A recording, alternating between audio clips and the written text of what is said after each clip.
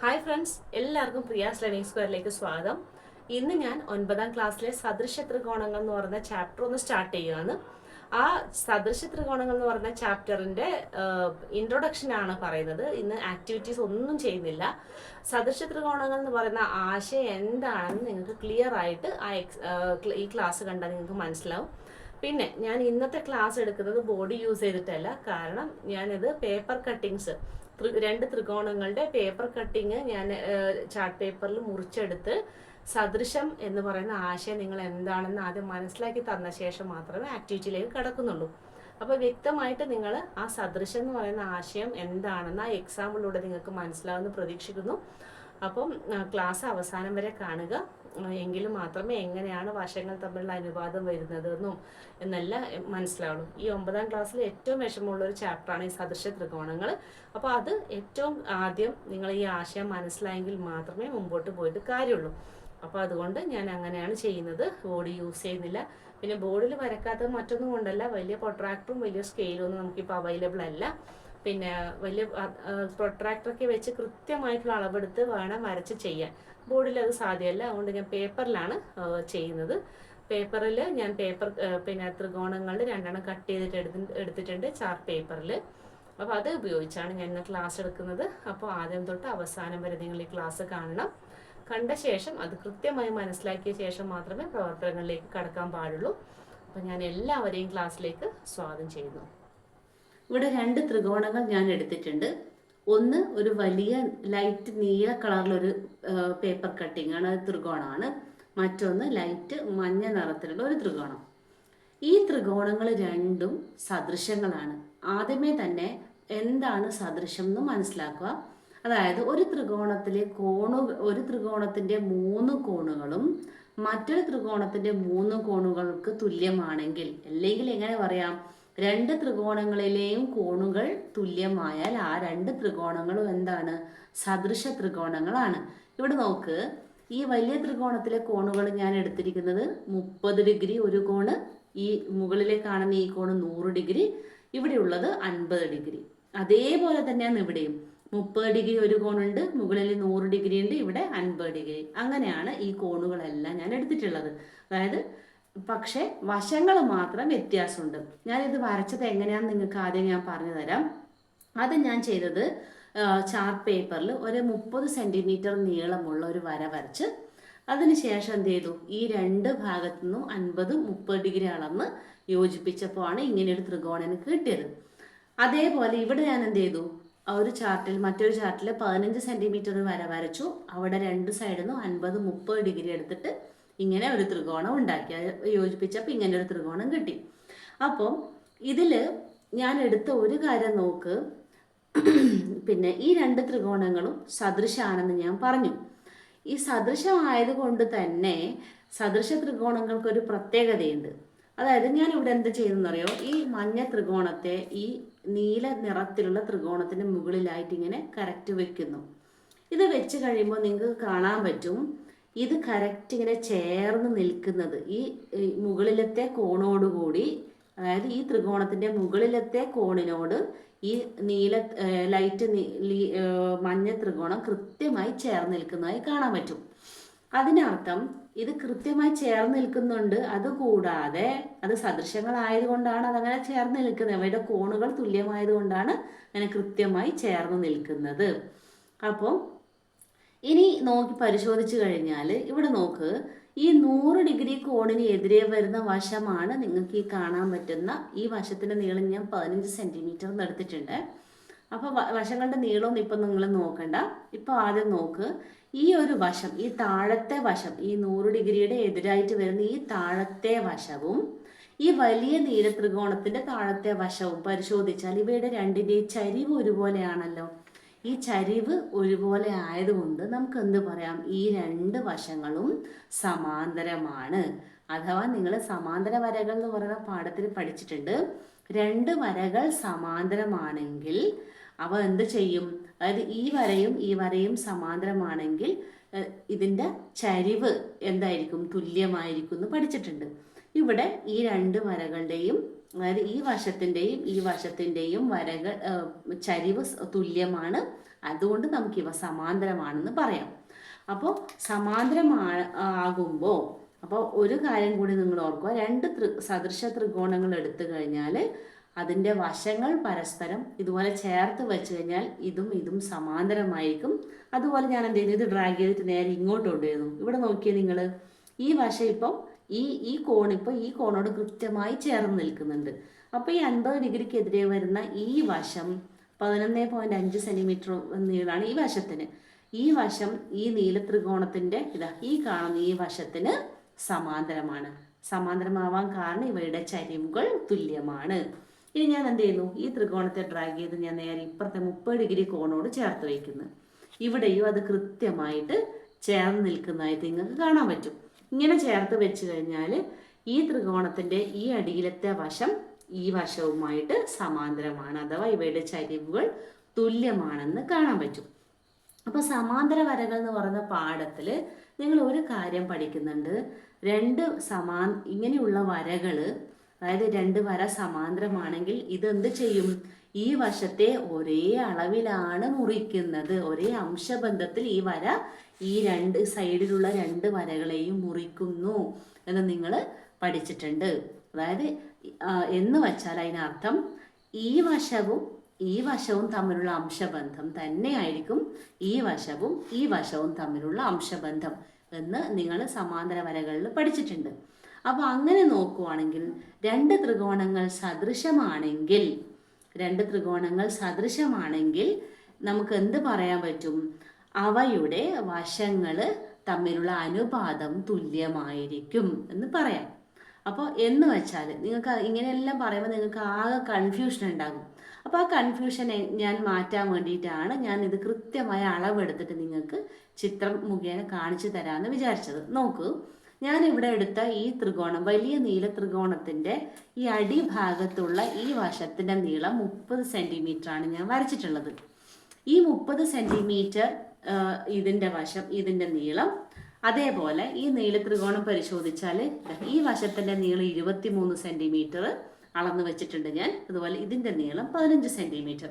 അതുപോലെ ഈ ത്രികോണത്തിൻ്റെ അടിയിലത്തെ വശം 15, ഇത് 11.5, ഇത് 7.5 എന്ന് അളന്ന് വെച്ചിട്ടുണ്ട്. ഇനി നിങ്ങൾ നോക്കേണ്ട മറ്റൊരു കാര്യം കൂടി നിങ്ങൾ അറിഞ്ഞിരിക്കണം. ഒരു ത്രികോണത്തിൽ ഏറ്റവും വലിയ കോണിനെതിരെയായിരിക്കും ഏറ്റവും വലിയ വശം ഉണ്ടാവുക. ഇവിടെ നോക്കിയേ, 30, 50, 100 എന്ന് പറഞ്ഞ ഈ 3 കോൺ എടുത്താൽ ഏറ്റവും കൂടുതലുള്ള കോൺ ഏതാണ്, അല്ലെങ്കിൽ ഏറ്റവും വലിയത് ഏതാണ്? 100 ഡിഗ്രി ആണല്ലോ. അപ്പോൾ 100 ഡിഗ്രിക്ക് എതിരെയായിരിക്കും ആ ത്രികോണത്തിൻ്റെ വലിയ വശം അല്ലേ. അപ്പോൾ 15, 11.5, 7.5 എടുക്കുമ്പോൾ ഇവിടെ 15 അല്ലേ വലുത്. ആ 15 ആർക്കെതിരെയാണ്? 100-നെതിരെ വരുന്ന വശമാണല്ലോ. അപ്പോൾ വലിയ കോണിനെതിരെയാണ് എപ്പോഴും വലിയ വശം ഉണ്ടാവുക. അതുപോലെ ചെറിയ കോൺ എടുത്തു കഴിഞ്ഞാൽ ആ ചെറിയ കോണിനെതിരെ വരുന്നത് ആ ത്രികോണത്തിൻ്റെ ഏറ്റവും ചെറിയ വശമായിരിക്കും. 30-നെതിരെയാണ് ഇവിടുത്തെ ചെറിയ വശം വരിക. നിങ്ങൾ നോക്കിയാൽ മനസ്സിലാവും, 15, 11.5, 7.5. അപ്പോൾ ചെറുതല്ലേ.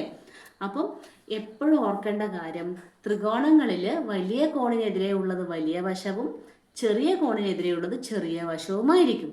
അപ്പം അങ്ങനെയാണെങ്കിൽ രണ്ട് ത്രികോണങ്ങളിലും, അതായത് ഇവിടെ നമുക്ക് ഇങ്ങനെ പറയാം, രണ്ട് ത്രികോണങ്ങളിലും തുല്യ കോണുകൾക്ക് എതിരെ വരുന്ന വശങ്ങൾ ഒരേ അനുപാതത്തിലായിരിക്കും. അതായത് എന്ന് വെച്ചാൽ കൂടുതൽ വ്യക്തതയോടെ പറയുകയാണെങ്കിൽ, ഇവിടെ ഈ 100 ഡിഗ്രി കോണിന് എതിരെ വരുന്ന വശം എത്രയാണെന്ന് നിങ്ങൾ നോക്കിയേ.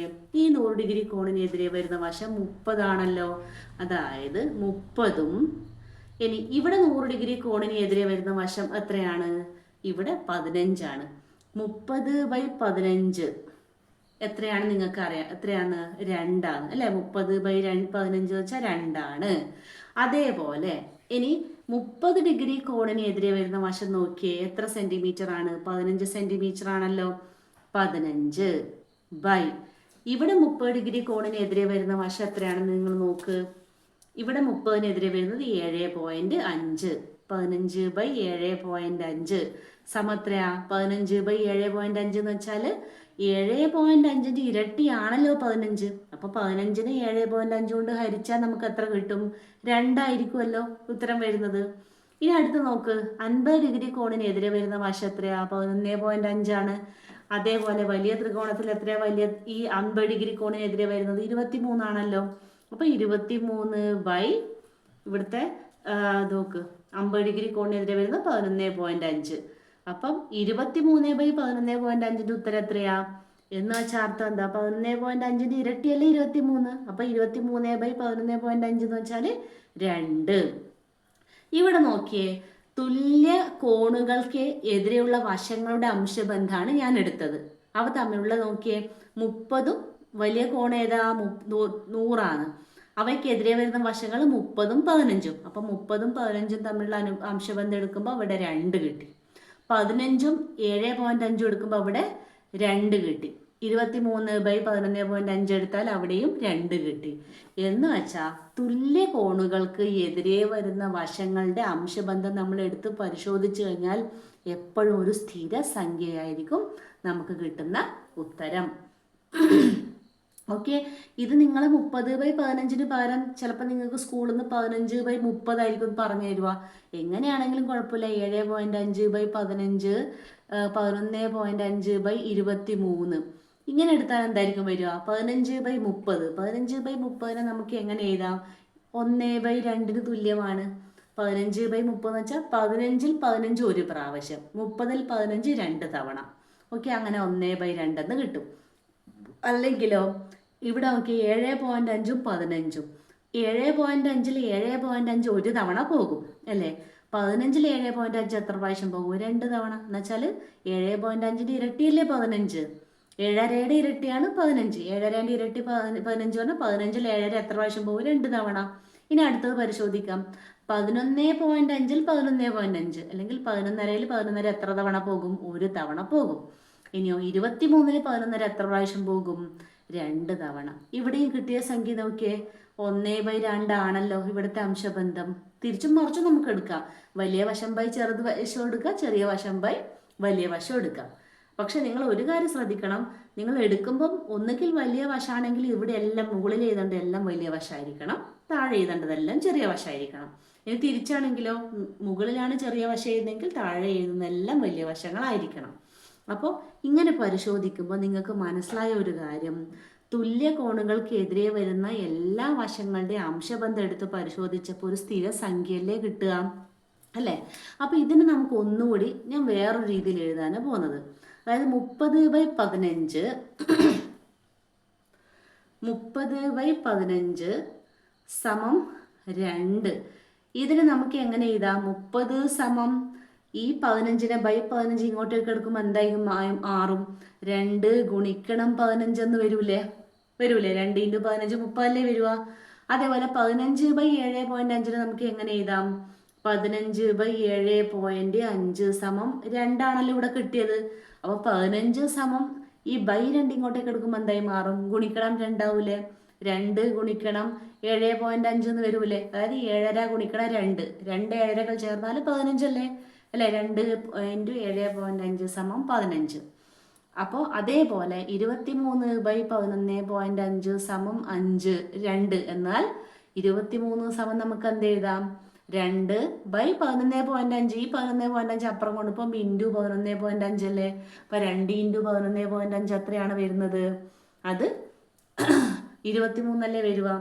അപ്പം നമുക്ക് എങ്ങനെ എഴുതാൻ പറ്റും? ഇതിപ്പോൾ ഞാൻ സംഖ്യകൾ മുഖേനയാണ് നിങ്ങൾക്ക് പറഞ്ഞു തന്നത്.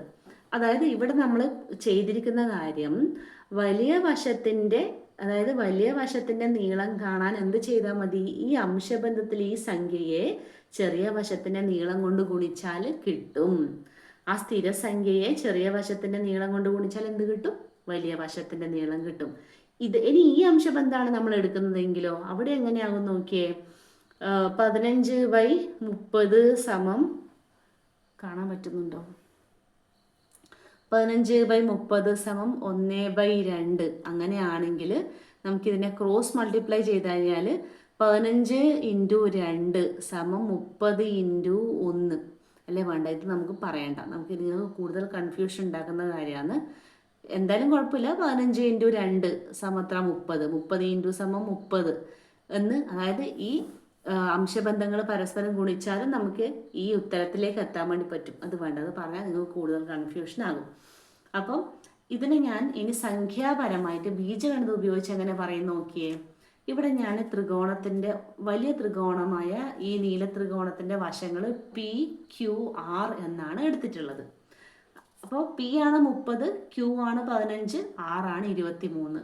ഇവിടെ അതുപോലെ ചെറിയ ത്രികോണത്തിൻ്റെ വശങ്ങൾ എടുത്തത് എ ബി സി അങ്ങനെയാണ്. അപ്പോൾ നമുക്ക് ഇവിടെ അംശബന്ധം എടുക്കുമ്പോൾ എങ്ങനെയായി മാറും? സംഖ്യകൾക്ക് പകരം 30/15 പകരം p/a എന്ന് എഴുതാം. അല്ലെ തിരിച്ചു നമുക്ക് പറയാം a/p എന്ന് വേണമെങ്കിലും എഴുതാം. ഈ അംശബന്ധം ഇത് ഇവിടെ എല്ലാം ഞാൻ ഓരോന്നിൻ്റെയും അനുസരിച്ചുള്ള സംഖ്യകളും അതിൻ്റെ അക്ഷരങ്ങളും എഴുതിയിട്ടുണ്ട്. അപ്പോൾ ഇവിടെ അംശബന്ധങ്ങൾ നമുക്ക് എടുക്കാം. a/p സമം എന്ത് ചെയ്താൽ q/b എന്ന് b/q എന്ന് എഴുതാം. b/q അതുപോലെ c/r എന്നും എഴുതാം. ഇവിടെ a/p എന്ന് വെച്ചാൽ 15/30 എത്ര 1/2 അല്ലേ കിട്ടിയത്. അതുപോലെ b/q എന്ന് വെച്ചാൽ 7.5/15 അതിൻ്റെ ഉത്തരം 1/2 ആണ്. ഇവിടെ c/r എന്ന് വെച്ചാൽ 11.5/23 അതിൻ്റെയും ഉത്തരം 1.2 ആണ്. എന്ന് വെച്ചാൽ a/p സമം b/q സമം c/r സമം ഒരു സ്ഥിര സംഖ്യയാണ്. ഈ 1/2 പകരം ആ സ്ഥിരസംഖ്യയെ k എന്ന് ഞാൻ എടുക്കുന്നു. അപ്പോൾ ഇവിടെ ഉദ്ദേശിക്കുന്നത് ഈ കോണുകൾക്കെതിരെ വരുന്ന വശങ്ങളുടെ എല്ലാം അംശബന്ധം എടുത്ത് പരിശോധിച്ച് കഴിഞ്ഞാൽ ഇങ്ങനെ ഒരു സ്ഥിര സംഖ്യ നമുക്ക് കിട്ടും. അപ്പം നമുക്ക് എന്ത് പറയാം? എ എന്ന് പറയുന്ന വശം a/p സമം k എന്ന് എടുത്തു കഴിഞ്ഞാൽ എ സമം നമുക്ക് എന്ത് എഴുതാം? k × p എന്ന് എഴുതാം. k × p എന്ന് പറഞ്ഞാൽ അതിന് അർത്ഥം എന്താ? അതായത് പിയുടെ k മടങ്ങാണ് a. പിയുടെ k മടങ്ങാണ് a എന്ന് പറയാം. ഇനി നേരെ തിരിച്ചാണ് നിങ്ങൾ എടുക്കുന്നെങ്കിൽ ഇങ്ങനെയാണ് എടുക്കുന്നെങ്കിലോ p/a സമം q/b സമം r/c എന്നും എഴുതാം. അങ്ങനെയാണെങ്കിൽ നമുക്ക് k തന്നെ എഴുതിയാലും മതി. അങ്ങനെ എഴുതി കഴിഞ്ഞാൽ എന്താ വരിക? p/a സമം k എന്ന് കിട്ടും. അപ്പോൾ p സമം നമുക്ക് എന്ത് എഴുതാം? a × k അല്ലെങ്കിൽ k × a എന്ന് എഴുതാം. എന്ന് വെച്ചാൽ ഇതിനർത്ഥം എന്താ? p എന്ന് പറയുന്ന വശത്തിൻ്റെ നീളം ഇവിടെ എയുടെ k മടങ്ങാണ്. ഓക്കെ, അപ്പോൾ ഇവിടെ എഴുതിയത് നോക്കിയാൽ മതി നിങ്ങൾ. വലിയ വശമായ 30 എന്ന് പറയുന്നത് 15ൻ്റെ 2 മടങ്ങാണ്. അതുപോലെ ചെറിയ വശമായ 15 എന്ന് പറയുന്നത് ഇവിടെയുള്ള ചെറിയ വശത്തിൻ്റെ 7.5ൻ്റെ 2 മടങ്ങാണ്. അങ്ങനെയല്ലേ നമ്മൾ ഉദ്ദേശിക്കുന്നത്. അപ്പം അംശബന്ധം പ്രകാരം വലിയ അതായത് തുല്യ കോണുകൾക്ക് എതിരെ വരുന്ന വശങ്ങളുടെ അംശബന്ധം എപ്പോഴും ഒരു സ്ഥിരസംഖ്യയായിരിക്കും. ഇവിടെ ഞാൻ ഉദാഹരണം എടുത്തപ്പോൾ സ്ഥിരസംഖ്യ 2 എന്നും കിട്ടുന്നുണ്ട്, 1/2 എന്നും കിട്ടുന്നുണ്ട്. സംഖ്യകൾ മാറി മാറി വരാം. അതിന് പൊതുവെ നമ്മൾ k എന്ന് വില കൊടുക്കും, k എന്ന് പറയും. അപ്പം ഇതാണ് അംശബന്ധം, ഇതാണ് സദൃശ ത്രികോണങ്ങളുടെ പ്രത്യേകത. അപ്പോൾ ത്രികോണങ്ങൾ സദൃശമാണെങ്കിൽ എന്ത് പറയാം? അവയുടെ തുല്യ കോണുകൾക്ക് എതിരെ വരുന്ന വശങ്ങൾ, അതായത് തുല്യ കോണുകൾക്ക് എതിരെ വരുന്ന വശങ്ങൾ ഒരേ അംശബന്ധത്തിലായിരിക്കും. അല്ലെങ്കിൽ അവ തുല്യമാണെങ്കിൽ അതൊരു സ്ഥിര സംഖ്യയ്ക്ക് തുല്യമാണ് എന്ന് നമുക്ക് പറയാം. അപ്പോൾ ഇതാണ് അംശബന്ധം കൊണ്ട് സൂചിപ്പിക്കുന്നത്. ഓക്കെ, ഇനി ഇത് മനസ്സിലാകാൻ വേണ്ടി ഞാൻ മറ്റൊരു ത്രികോണം കൂടി ഞാൻ നിങ്ങൾക്ക് എടുത്തിട്ട് ഒന്നുകൂടി വേണമെങ്കിൽ അത് കാണിച്ചു തരാം. ഓക്കെ, ഞാൻ മറ്റൊരു ത്രികോണം കൂടി എടുക്കാം.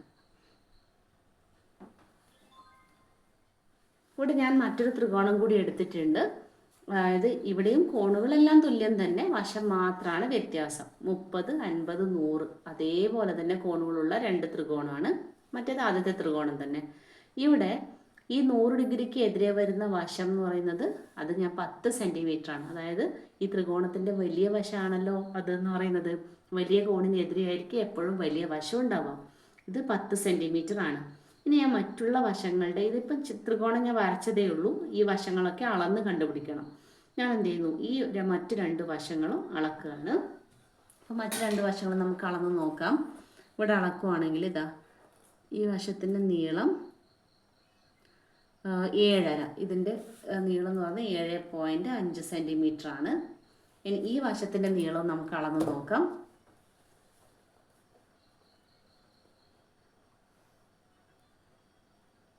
ഇത് 5 സെൻറ്റിമീറ്റർ വരുന്നുണ്ട്. ഓക്കെ, അപ്പം നോക്കുക. ഇനി നമുക്ക് അംശബന്ധം നോക്കാം. ഇവിടെ വലിയ കോണുകൾ ഏതൊക്കെയാണ്? 100, 100. ഈ രണ്ട് കോണുകളാണല്ലോ വലിയത്. അപ്പോൾ അവയ്ക്കെതിരെ വരുന്ന വശങ്ങളുടെ അംശബന്ധം അല്ലെങ്കിൽ അനുപാതം നമുക്ക് നോക്കാം. ഇവിടെ 30 ഇവിടെ 10. അപ്പോൾ നമുക്ക് 100 ഡിഗ്രിക്ക് എതിരെ വരുന്ന കോണുകൾ നോക്കിക്കഴിഞ്ഞാൽ വശങ്ങൾ നോക്കിയാൽ 30/10 എന്ന് കിട്ടും. 30/10ൻ്റെ വില എത്രയാ? 3 അല്ലേ? ഇനി അടുത്തത് ഈ ചെറിയ കോണത്തിന് 30 ഡിഗ്രി ആണല്ലോ, അതിനെതിരെ വരുന്ന വശത്തിൻ്റെ നീളം നോക്കി. ഇവിടെ 15. ഇവിടെ എത്രയാ 30-നെതിരെ വരുന്നത്? 5. അപ്പോൾ 15/5. ഇവിടെ വലിയ വശം 15, ചെറിയ വശം 5. അപ്പോൾ 15/5 എത്ര? അവിടെയും 3 കിട്ടുന്നത്. ഇനി 50 ഡിഗ്രി കോണളവെടുത്തേ. 50 ഡിഗ്രി കോണളവെടുത്തപ്പോൾ അതിനെതിരെ വരുന്ന വശം ഇവിടെ 23. 23 ഇവിടെ 50 ഡിഗ്രിക്ക് എതിരെ വരുന്ന എത്രയാ? 7.5 അല്ലേ? അപ്പോൾ 7.5ഉം 23. 7.5 + 7.5 2 7.5 ആയിരുന്ന 15 ആ 15ൻ്റെ കൂടെ 7.5 കൂടി കൂട്ടിക്കഴിഞ്ഞാൽ എത്ര വരും? 22.5. ഇത് ഏതാണ്ട് ഒരളവാണ് ഞാൻ എടുത്തിട്ടുള്ളത്. അപ്പോൾ അവിടെയും എന്ത് കിട്ടും? നമുക്ക് വില 3 കിട്ടും. അപ്പോൾ ഇങ്ങനെ നോക്കുവാണെങ്കിൽ നോക്കിയാൽ നിങ്ങൾ, അതായത് വലിയ ത്രികോണത്തിൻ്റെ വശത്തെ ചെറിയ ത്രികോണത്തിൻ്റെ വശം കൊണ്ട് ഹരിക്കുമ്പോൾ നമുക്ക് കിട്ടിയ സംഖ്യകൾ ഇവയെല്ലാം ഒരേ സംഖ്യയല്ലേ നമുക്ക് നൽകുന്നത് അല്ലേ? അപ്പോൾ നമുക്ക് എന്ത് പറയാം? ഈ രണ്ട് ത്രികോണങ്ങളും സദൃശങ്ങളായതിനാൽ അവ തമ്മിലുള്ള അംശബന്ധം ഒരേ സംഖ്യ, അല്ലെങ്കിൽ ഇവയെല്ലാം ഒരേ അംശബന്ധത്തിലാണ് എന്ന് വെച്ചാൽ ഇവയെല്ലാം കിട്ടുന്ന ഉത്തരം തുല്യമല്ലേ? ഇനി നമുക്ക് വേണം തിരിച്ചു അംശബന്ധം എടുക്കാം. 10 ചെറുതിനെ വലുതുകൊണ്ട് ഹരിച്ചാലും മതി. 10/30 എന്ന് വരും ഇല്ലേ? 10/30ന് വില എത്രയാണ്? അതായത് ചെറിയ വശം ബൈ വലിയ വശം, ചെറിയ ത്രികോണത്തിന്റെ വലിയ വശം ബൈ വലിയ ത്രികോണത്തിന്റെ വലിയ വശം. 10/30 എന്ന് വെച്ചാൽ 10നെയും 30നെയും നമുക്ക് 10 കൊണ്ട് ചുരുക്കാം. അപ്പോൾ 10നെയും 30നെയും 10 കൊണ്ട് ചുരുക്കിയാൽ 10ൽ 10 ഒരു തവണ, 30ൽ 10 3 തവണ. ഓക്കെ, ഇനി അടുത്ത് നോക്കിയേ. ഇവിടെ എത്ര വരുന്നത്? ഇത് നേരെ തിരിച്ചാണ് എടുക്കുന്നത്. 5 ഇതിൻ്റെ 30നെതിരെ വരുന്നത് 5, ഇവിടെ 30നെതിരെ വരുന്നത് 15. 5/15. 5നെ കൊണ്ട് ചുരുക്കിയാൽ 5ൽ 5 ഒരു തവണ, 15ൽ 5 3 തവണ അല്ലേ? 1/3. ഇനി അടുത്ത് നോക്ക്. 50 ഡിഗ്രി കോണിനെതിരെ വരുന്നത് 7.5 വരുന്നുണ്ട്. ഇവിടെ എത്ര വരുന്നത്? 50 ഡിഗ്രിക്കെതിരെ 23. അപ്പോൾ 7.5/23 എന്ന് പറയുന്നതും എത്ര വരുന്നത്? 1/3. അപ്പോൾ ഇങ്ങനെ നോക്കുവാണെങ്കിൽ നമുക്ക് കിട്ടിയ ഇവിടെ ശരിക്കും പറഞ്ഞാൽ അളന്നു കഴിഞ്ഞാൽ 23 അല്ല 22.5 തന്നെ കറക്റ്റ് കിട്ടും. അപ്പം ഞാൻ അന്നേരം ആ തിരക്കിൽ അങ്ങനെ എഴുതിയതാണ്. അപ്പോൾ ഇവിടെ കിട്ടിയ സംഖ്യകളെല്ലാം നോക്കിയാട്ടെ. 1/3, 1/3 അല്ലേ കിട്ടിയത്? ഇതിൽ നിന്ന് നമുക്ക് എന്ത് മനസ്സിലാക്കാം? രണ്ട് ത്രികോണങ്ങൾ സദൃശ്യങ്ങളാണെങ്കിൽ അവയുടെ കോണുകൾ, തുല്യ കോണുകൾക്കെതിരെ വരുന്ന വശങ്ങളെല്ലാം ഒരേ തോതിലാണ് മാറുന്നത്, അല്ലെങ്കിൽ ഒരേ അംശബന്ധത്തിലാണ് എന്ന് പറയാം. അപ്പോൾ മറ്റൊരു കാര്യം കൂടി നോക്ക്. ഇതിൽ നമുക്ക് എങ്ങനെ പറയാമെന്നറിയോ? ഈ ചെറിയ ത്രികോണത്തിൻ്റെ വശങ്ങളെല്ലാം, അല്ലെങ്കിൽ ഈ ചെറിയ ത്രികോണത്തിൻ്റെ വശങ്ങളുടെ 3 മടങ്ങാണ് വലിയ ത്രികോണത്തിനുള്ളത്. അങ്ങനെയും പ്രത്യേകതയുണ്ട്. അല്ലെങ്കിൽ തിരിച്ചെങ്ങനെ പറയാം? വലിയ ത്രികോണത്തിൻ്റെ വശങ്ങളുടെ 1/3 ചെറിയ ത്രികോണത്തിൻ്റെ വശങ്ങളെന്നും പറയാം. രണ്ട് രീതിയിലും പറയാം. അതായത് ഇതിൻ്റെ 3 മടങ്ങാണ് ഇവിടെ. തിരിച്ചു പറയുമ്പോൾ എങ്ങനെ പറയും? ഇതിൻ്റെ 1/3 ഇവിടെ. അല്ലെങ്കിൽ ഈ 1/3 നമുക്ക് മറ്റൊരു രീതിയിലും പറയാം. അതായത് വലിയ ത്രികോണത്തിൻ്റെ വശങ്ങളുടെ 1/3 മടങ്ങാണെന്നും പറയാം, 1/1 പറയാം, 1/3 മടങ്ങാണെന്നും പറയാം. ആ രണ്ട് വാക്കുകളും കൃത്യമായി ഓർക്കുക. ചെറിയ ത്രികോണം അപേക്ഷിച്ച് പറയുവാണെങ്കിൽ ചെറിയ ത്രികോണത്തിൻ്റെ 3 മടങ്ങാണ് വലിയതിൻ്റെ വശങ്ങളുടെ നീളം. ഇനി വലിയ ത്രികോണത്തെ അപേക്ഷിച്ച് പറയുകയാണെങ്കിലോ വലിയ ത്രികോണത്തിൻ്റെ വശങ്ങളുടെ 1/3 മടങ്ങ്, 1/3 മടങ്ങാണെന്നും പറയാം, അല്ലെങ്കിൽ 1/1 ചെറിയ ത്രികോണങ്ങളുടെ വശങ്ങൾ എന്നും പറയാം. അപ്പോൾ ഈ ആശയം നിങ്ങൾക്ക് മനസ്സിലായെന്ന് വിശ്വസിക്കുന്നു. അപ്പോൾ ഇനി ഇതുപയോഗിച്ച് നമുക്ക് ഒരു ചിത്രം വരയ്ക്കാനുണ്ട്. നിങ്ങൾക്ക് പേജ് നമ്പർ 105 ഒന്നാമതായി തന്നിട്ടുള്ളത് ഒരു ചിത്രം വരയ്ക്കാനാണ്. ആ ചിത്രം വരയ്ക്കുന്നതിന് മുന്നേ ഞാൻ മറ്റൊരു കാര്യം കൂടി പറഞ്ഞു തരാം. അപ്പം ആ ചിത്രത്തിലേക്ക് കടക്കുന്നതിന് മുന്നേ ഇത് കണ്ടോ, ഞാൻ ഇതിൻ്റെ പുറകിൽ തന്നെ നിങ്ങൾക്ക് ഏതാണ്ട് മനസ്സിലാവാൻ വേണ്ടി സെറ്റ് ചെയ്തിട്ടുണ്ട്. 100 ഡിഗ്രി, 50 ഡിഗ്രി, 30 ഡിഗ്രി ആ ത്രികോണത്തിൻ്റെ മറ്റേ ഈ വശം ഞാൻ ഇങ്ങനെ വെക്കുവാണെങ്കിൽ നമുക്ക് എന്ത് കിട്ടും? ഇവിടെ ഞാൻ ആദ്യമേ പറഞ്ഞു കഴിഞ്ഞു, 100 ഡിഗ്രിക്ക് എതിരെ വരുന്ന ഈ ത്രികോണത്തിൽ ഈ അടിയിലത്തെ വശം ഈ വലിയ ത്രികോണത്തിൽ അടിയിലത്തെ വശത്തിന് സമാന്തരമാണെന്ന് പറഞ്ഞിട്ടുണ്ട്. അതേപോലെ ഇത് ഇങ്ങോട്ട് ഡ്രാഗ് ചെയ്യുവാണെങ്കിൽ ഈ രണ്ട് വശങ്ങൾ നോക്കിക്കഴിഞ്ഞാൽ ഈ ചെറിയ ത്രികോണത്തിൻ്റെ 30 ഡിഗ്രി കോണിനെതിരെ വരുന്ന ഈ വശം ഇതിന് സമാന്തരമാണെന്ന് അതും നിങ്ങൾക്ക് നോക്കിയാൽ മനസ്സിലാവും അല്ലേ? അപ്പോൾ ഇതേപോലെ ഒരു ചിത്രം വരയ്ക്കാനാണ് നിങ്ങൾക്ക് ഒന്നാമത്തെ ചോദ്യം. ഓക്കെ, നിങ്ങൾക്ക് ടെക്സ്റ്റ് ബുക്കിൽ തന്ന ഒരു ചോദ്യം ഇങ്ങനെയാണ്: ഒരു ത്രികോണത്തിൻ്റെ ഒരു വശം 8 സെൻറ്റിമീറ്റർ, പിന്നെ ഈ ത്രികോണത്തിൻ്റെ 1.5 മടങ്ങ് നീളമുള്ള കോണുകൾ, അതായത് ഇവയുടെ കോണുകൾ ഒരുപോലെയാണ്, കോണുകൾ തുല്യമായൊരു ത്രികോണം നിർമ്മിക്കുക എന്ന് പറഞ്ഞിട്ടൊരു ചോദ്യമുണ്ട്. അപ്പോൾ ആ ചോദ്യം നമുക്ക് എന്താണെന്ന് ആദ്യം നോക്കാം. ഞാനത് വരച്ചു തരുന്നതായിരിക്കും. ഇവിടെ നിങ്ങൾ 105-ാമത്തെ പേജ് നമ്പറിൽ ഒന്നാമതായിട്ട് തന്ന ഒരു ഒരു ചോദ്യമാണ്. അതൊരു ചിത്രം വരക്കാനാണ്, ത്രികോണം വരക്കാൻ വേണ്ടിയിട്ടുള്ള ഒരു ചോദ്യമാണ്. ഒരു ത്രികോണത്തിൻ്റെ കോണുകൾ 60 ഡിഗ്രിയും 70 ഡിഗ്രിയും വശം 8 സെൻറ്റിമീറ്ററുമായ ത്രികോണം വരയ്ക്കുക. കോണുകൾ മാറാതെ വശം അതിൻ്റെ 1.5 മടങ്ങായ മറ്റൊരു ത്രികോണം വരയ്ക്കുക എന്നാണ് ചോദ്യം. അതായത് ഇവിടെ നമുക്ക് ഈ പറഞ്ഞ ആശയം, അതായത് ഞാൻ നേരത്തെ പറഞ്ഞിട്ടുണ്ടായിരുന്നു, ഇതുപോലെ നിങ്ങളൊന്ന് ആലോചിച്ച് നോക്ക്. സദൃശ ത്രികോണങ്ങൾ, അപ്പോൾ കോണുകൾ മാറാതെ മറ്റൊരു ത്രികോണം വരക്കാനല്ലേ പറയുന്നത്, എന്ന് വെച്ചാൽ അതായത് 2 സദൃശ ത്രികോണങ്ങൾ ഉണ്ടാക്കുകയാണ് വേണ്ടത്. അപ്പോൾ ആദ്യം നമ്മൾ എന്ത് ചെയ്യണം? ഇതുപോലെ ഒരു ത്രികോണം, ഈ മഞ്ഞ ത്രികോണം പോലത്തെ ഒരു ത്രികോണം ഉണ്ടാക്കുക. അതിനുശേഷം നമുക്ക് ഞാൻ ചെയ്യാൻ പോകുന്ന കാര്യം നോക്കുക. ഇതിപ്പോൾ ഈ വശത്തിന് നീളം 8 സെൻറ്റിമീറ്റർ ആണ് ഞാൻ എടുത്തിട്ടുള്ളത്. നമുക്ക് വേണ്ട എന്താ? ഇതിൻ്റെ 1.5 മടങ്ങ് നീളമുള്ള മറ്റൊരു ത്രികോണം. അപ്പോൾ ഈ 8 സെൻറ്റിമീറ്ററിൻ്റെ 1.5 മടങ്ങ് എത്രയാണെന്ന് ആദ്യം നമുക്ക് കണ്ടുപിടിച്ച് നോക്കാം. അതായത് ഓരോ വശവും ഇതിൻ്റെ എല്ലാം 1.5 മടങ്ങ് നീളമാണ്. അപ്പോൾ ആദ്യം ഞാൻ എന്ത് ചെയ്യുന്നു? 8ൻ്റെ 1.5 മടങ്ങ് എത്രയാണെന്ന് കണ്ടുപിടിക്കുന്നത്. അപ്പോൾ 8ൻ്റെ 1.5 മടങ്ങ് എത്രയാണെന്ന് കണ്ടുപിടിച്ച് നോക്കാം ആദ്യം. 8ൻ്റെ 1.5 മടങ്ങ് എന്ന് പറയുമ്പോൾ നമ്മൾ എങ്ങനെ എഴുതും? 8 ഗുണിക്കണം 1.5 എന്ന് വെച്ചാൽ അതിനർത്ഥം എന്താ? 8 ഗുണിക്കണം ഈ 1.5 എന്ന് പറയുന്നതിനെ നമുക്ക് സാധാരണ ഭിന്നമാക്കി കഴിഞ്ഞാൽ എന്താ വരിക? ഈ 1.5യുടെ സാധാരണ ഭിന്നം എങ്ങനെ ആക്കുന്നത്? 1നെ ആദ്യം 2 കൊണ്ട് ഗുണിക്കുക, എന്നിട്ട് ഈ 1 മുകളിലത്തെ 1 കൂട്ടുക. 1നെ 2 കൊണ്ട് ഗുണിച്ചാൽ 2, 2നോട് ഈ 1 കൂട്ടിയാൽ 3, എന്നിട്ട് താഴത്തെ ഛേദം അതുപോലെ ഇടണം. 3/2 എന്ന് വരും. അതിന് 8 × 3/2 നമുക്ക് എന്ത് ചെയ്യാം? ഇവിടെ വെട്ടി ചുരുക്കിയാൽ 8നെ 2 കൊണ്ട് ചുരുക്കാലോ, നമുക്കിവിടെ 4 എന്ന് കിട്ടും. 4 ഗുണിക്കണം 3 എത്രയാ? 12. അപ്പോൾ 12 സെൻറ്റിമീറ്റർ ആയിരിക്കണം നമ്മൾ വരക്കാൻ പോകുന്ന ഒരു ത്രികോണത്തിൻ്റെ ഒരു വശം എന്ന് പറയുന്നത്.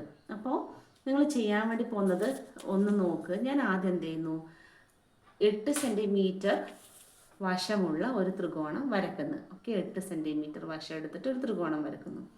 ഇതാണ് 8 സെൻറ്റിമീറ്റർ വശമുള്ള, ഇത് 8 സെൻറ്റിമീറ്റർ വശം. ഓക്കെ, ഇനി ചെയ്യാൻ വേണ്ടി പോകുന്നത് കോണുകൾ നോക്കി 60 ഡിഗ്രി 70 ഡിഗ്രി ആവണം. അപ്പോൾ ഇതിൽ കോണുകൾ അളക്കുന്ന 60 ഡിഗ്രിയും 70 ഡിഗ്രിയും.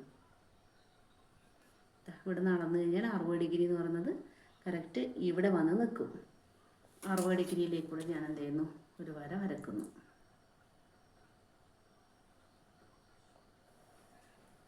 അധികം വരക്കുന്നില്ല. ഇനി അതേപോലെ 70 ഡിഗ്രിയിൽ മറ്റൊരു വര, 70 ഡിഗ്രിയിൽ കോണെടുക്കുന്നു. 70 ഡിഗ്രി ഇവിടെ ആയിട്ട് വരും.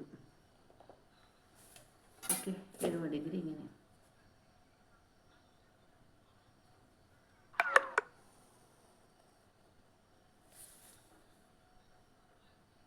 ഞാൻ വരച്ചത് ഒത്തിരി അടുത്ത് മേലേക്കായിപ്പോയി, കുറച്ച് താഴേക്ക് വരക്കണമായിരുന്നു.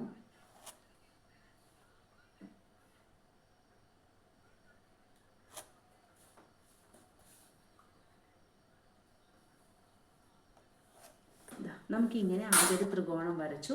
8 സെൻറ്റിമീറ്റർ, ഈ കോൺ 60 ഡിഗ്രി, ഈ കോൺ 70 ഡിഗ്രി. ഇനി നമുക്ക് വേണ്ടത് എന്താണ്? ഒരു വശം 12 സെൻറ്റിമീറ്റർ ആവണം. അപ്പോൾ 8ൻ്റെ 1.5 മടങ്ങ്, അതായത് 12 സെൻറ്റിമീറ്റർ. ഇതുപോലെ ആയിരിക്കണം നമുക്ക് വരക്കേണ്ടത്. ഈ ത്രികോണം ഇങ്ങനെ വെച്ചിട്ടില്ലേ, ഇവിടെ നിന്ന് ഇങ്ങോട്ട് എന്ത് ചെയ്യണം? ഇവിടെ വരെ 8 ആണ്, ഇവിടെ നിന്ന് ഇങ്ങോട്ട് 4 കൂടെ കൂട്ടിയെടുക്കുക. 4 സെൻറ്റിമീറ്റർ കൂടി ഞാൻ കൂട്ടിയെടുക്കുന്നു.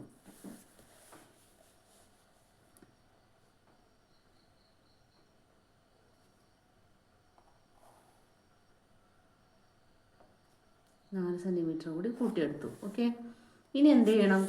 ഞാൻ ഈ പറഞ്ഞതുപോലെ ഇവിടുന്ന് ഈ വശത്തിന് സമാന്തരമായിട്ട് ഇങ്ങനെ ഒരു വര വരച്ചിട്ട് ഇവ യോജിപ്പിച്ചാൽ നമുക്ക് ആവശ്യമുള്ള ത്രികോണം കിട്ടും. അപ്പോൾ ഞാൻ എന്ത് ചെയ്യുന്നു എന്നറിയോ? നമ്മുടെ സെറ്റ് സ്ക്വയർ ഇവിടെ ചെയ്താൽ ഇതിലൂടെ ഒരു സമാന്തര വര ഈ വശത്തിന് സമാന്തരമായിട്ട് വരക്കണം. എങ്ങനെ നമ്മൾ സമാന്തര വര വരക്കാൻ പഠിച്ചിട്ടുള്ളത്? അപ്പോൾ സമാന്തര വര വരക്കുന്നത് ഞാൻ ഇങ്ങനെയാണ്.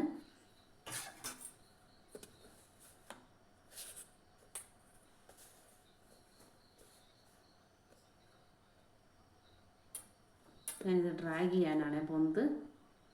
ഇങ്ങനെ വെച്ചു, കറക്റ്റ് ഇതിലേക്ക് കൂടി ഇത് ഡ്രാഗ് ചെയ്തിട്ട് ഈ പോയിന്റിലേക്ക് എത്തിച്ചു. ഇവിടെ നിന്ന് ഇങ്ങോട്ട് ഞാൻ വരക്കുന്നു. അപ്പം ഇനി കുറച്ച് ഇത് നീട്ടി വരക്കുവാണ്. ഇത് കുറച്ച് താഴേക്ക് വരക്കണമായിരുന്നു, സാറിൽ ഏതായാലും ഇത് വരച്ചു. അപ്പോൾ ഇനി ഇത് കുറച്ച് ഇങ്ങോട്ട് നീട്ടി വരക്കുവാണ്.